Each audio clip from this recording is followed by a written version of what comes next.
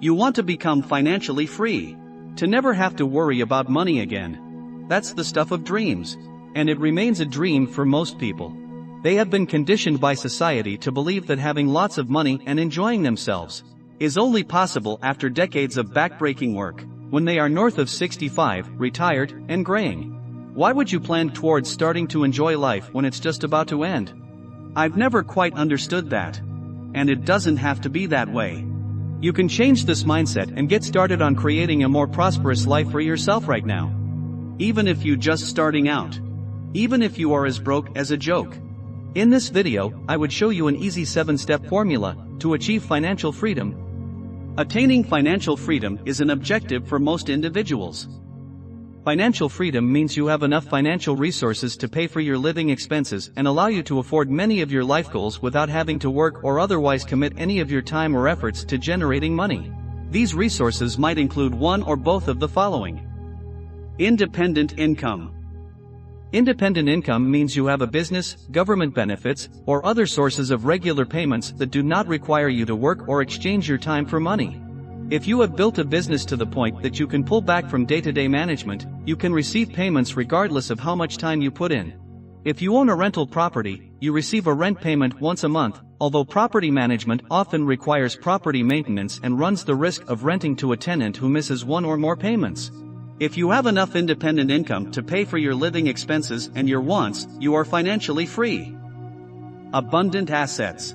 Assets that help support financial freedom typically include investments in securities, cash in bank accounts, and property of value. To use an asset when building financial freedom, you first need to invest in those assets, usually large amounts of money over a long period of time. Using assets to build financial freedom can lead to potential problems. Think of it as a balancing act.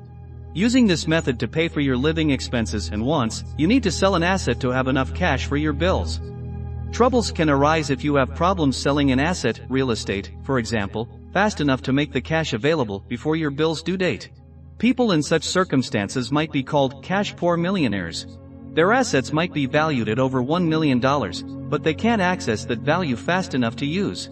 Another potentially bigger problem happens when you run out of assets to convert into cash before you die. Basically, if you go through all your assets too fast, you will be left with nothing to pay for your bills. Most financially free households use a combination of both of these methods. They may receive independent income from Social Security, from a business, or from dividend-paying securities they have invested in, but they also probably have accumulated enough assets in the stock market and the housing market to provide them financial security, knowing they have plenty to fall back on if necessary. Life goals. Write down how much money, assets and income you need to pay for the lifestyle you want. Include the year when you want to achieve your goals and whether or for how long you will need to pay for those goals. The more specific your objectives, the more likely you are to make them a reality. Then, count backward to your present age and establish financial mileposts at regular intervals. These might include certain dollar amounts saved or assets acquired. Budget. Making a month-to-month household spending plan and adhering to it is an important method to guarantee all bills are paid while investments and independent income building are on track. Budgeting your money routinely clarifies your objectives and bolsters your willpower rather than letting yourself fall before the temptation to spend lavishly. Charge cards and high-interest consumer loans present hazards to your wealth building. Pay your dues and debts. Student loans, mortgages, and similar loans usually have a much lower rate of interest than credit cards and retail store cards, making them less dangerous to your finances. With credit cards, you might end up amassing thousands of dollars of high-interest debts. Drowning in debt for years is the complete opposite of independence. Debt, after all, insinuates obligation and even bondage, both of which clearly counter the idea of financial freedom. Save. Pay yourself first. That is a standard recommendation from financial experts. Register for your employer's retirement plan and make full usage of any matching contribution benefit. It is likewise an excellent idea to have an automated deposit from your employer into an emergency fund, or an automated transfer from your checking that can be tapped for unanticipated expenditures. Additionally, consider an automated contribution to a brokerage for an individual retirement account. Regardless, keep in mind that the suggested quantity to save is widely debated, and the suitability of such a fund is sometimes even in question given certain circumstances. Invest. There is nothing much better, and no more tried and true way to grow your cash than through investing. Now is the time to do your research and decide which direction you will start. But start. That is the most important step.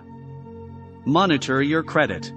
A person's credit report influences any interest rate related to car, truck, or home loans or refinances, as well as credit cards and store cards. It likewise impacts unrelated things, such as car insurance and life insurance premiums. The line of reasoning is that someone who is reckless in their financial routines might also be careless in other areas of life, such as driving and consuming. The reality is that, as a group, individuals with lower credit ratings get into more accidents and submit larger claims to their insurance companies than individuals with higher credit ratings. Poor credit is just one of many risk pools insurance companies use when determining your monthly premium. Take care of your things. Taking good care of your home and your possessions makes everything from automobiles and lawnmowers to shoes and clothing last longer. Imagine if you did not have to buy clothing and shoes as often as you do. You could hold on to your car longer, spending less in the process. Maintenance is the key to saving money. Get expert advice. Even if you are not yet at a point where you have begun amassing wealth, getting expert financial advice to educate yourself and help make good choices will help you prevent problems. From non-profit credit counseling agencies to your local county extension specialist to accredited financial counselors, there are plenty of reliable experts available to help you at no cost or for minimal fees. Stay healthy. Some companies offer limited sick days, so it is a noteworthy loss of income once those days are used up. Weight problems and ailments lead to skyrocketing insurance premiums, and poor health may require earlier retirement with lower monthly benefits. Taking care of your health will not solve all your cash problems, but it will assist you in developing practical habits that can get you on the course toward financial freedom. I want to talk to you today about the 7 steps to financial freedom, and how achieving true financial freedom doesn't necessarily mean being filthy rich. The primary reason for financial problems in life is a lack of self-discipline, self-mastery, and self-control. Most people have an inability to delay gratification and tend to spend everything they earn, plus a little more, which is usually supplemented by loans and credit card debt. We all have one goal in common: we all want to make more money, and we all want to have enough money so that we never have to worry about money again. But there's a question we often forget to ask ourselves. Will more money truly make you a happier person? There are more people achieving financial freedom faster today than ever before, but yet you'll find many of them are not entirely happy. But with these 7 steps, you can accumulate wealth, become happier, and achieve financial freedom, no matter how much money you have in the years ahead. The first step is, always keep positive thoughts about money. Thinking negatively about money is an emotional obstacle that you must eliminate. In order to achieve financial freedom, you must eliminate thoughts like, money is the root of all evil, or money can't buy your happiness. When you think positively about money, you will attract opportunities that open up more doors than you ever thought possible.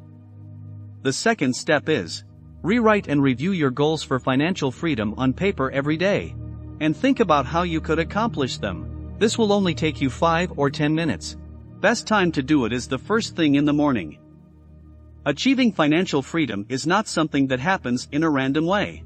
Financial freedom must be the centerpiece of all your work. It must be something that you specifically think about, and define, and plan for it continuously. Third step is to plan every day in advance. The best time to do this is the night before. Planning each day, each week, and month in advance will make you far sharper and more precise at everything you do. You will have better focus and a greater sense of self-control. When you work from a plan, you'll be better able to track your spending habits as well, by planning how much you have to spend for the week, the month, or the year, and decide where you will be able to save. Step number 4 is concentrating single-mindedly. This is the principle of concentration, and it refers to the mental effort you direct toward whatever you're working on or learning at the moment, and your ability to develop the habit of concentration will ensure your personal financial success. Perhaps more than any other skill or habit you can acquire, the things you focus on the most and spend the most time doing should be in direct alignment with your financial goals. The fifth step is investing in yourself. In terms of your self-improvement and learning, listen to self-help audio programs in your car. Search for courses on time management, read books on personal finance, and find articles online about money and how to earn more of it. You will have so much knowledge in the area of money, and in no time, people would start to come to you for advice. Step number 6 is seeking improvement. You're going to ask yourself these magic questions after every meeting and event of importance in your life. What did I do right? And what would I do differently next time? If you take a few minutes and write down everything you did right, and everything you would do differently, you can double and triple the speed at which you work, learn and grow. Improving yourself and your quality of work will improve the amount of money you make. The final step is to be generous to others. Treat every single person, at home and at work, as if they were the most important person in the world. It is a proven fact that being a more generous person will help you attract more wealth and become a happier person. We've often heard money doesn't buy happiness. But the truth is that money is essential to happiness, and material prosperity predicts life satisfaction, and the more economic status we achieve, the more satisfied we'll feel with our life.